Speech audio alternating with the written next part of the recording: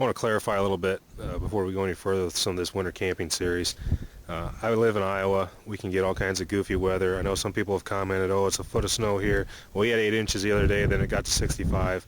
It melted everything off, so now we're dealing with about a foot of frozen ground with frost and a little bit of snow on top of it and not much anything else.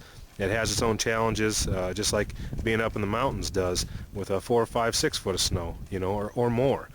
This is, it depends on your territory, on sometimes your choice of clothing, your choice of shelter, and how you're going to build your fires.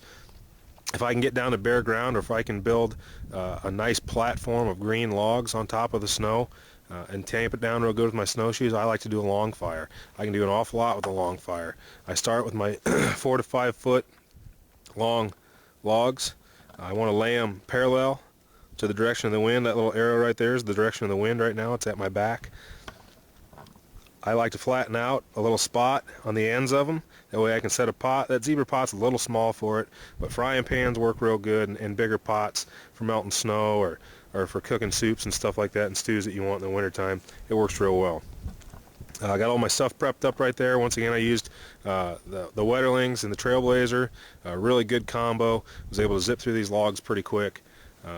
Split up some other ones on the far side over there, so we're ready to go. I'm going to finish splitting this up, and I might even try out some of these new UCO Stormproof matches. I haven't had a chance to mess with them too much. They look pretty good, but we'll get some feather sticks up and shavings and see what we can come up with. Alright, got my stuff prepped up, ready to go. Got a nice pile of shavings, and my pencil lead, my pencil, thumb-sized fuels. I got to put some bigger fuels over there too. I'm going to try these UCO matches. They're monsters. If you're going to carry something in your pack, better make sure you know how to use it. That's the way I look at it.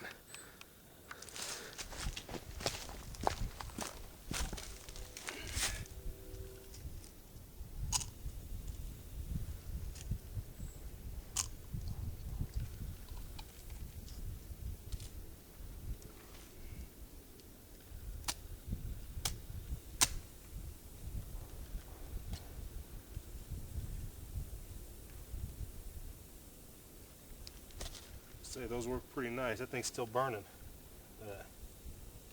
That's all right.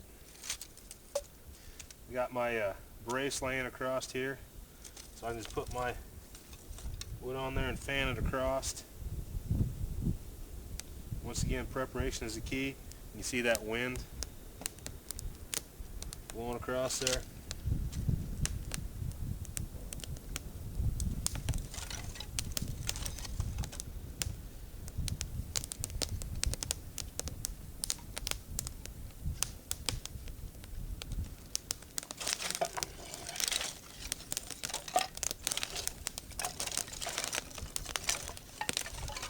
Alright, we're going to let that get going a little bit. Alright, now we got her going full bore. Here's the advantage. Because I've used the wind to my advantage, and I've used the long logs, I have a warming fire down at that end because I slid them apart a little bit. I made them a little bit wider and put more fuel down there.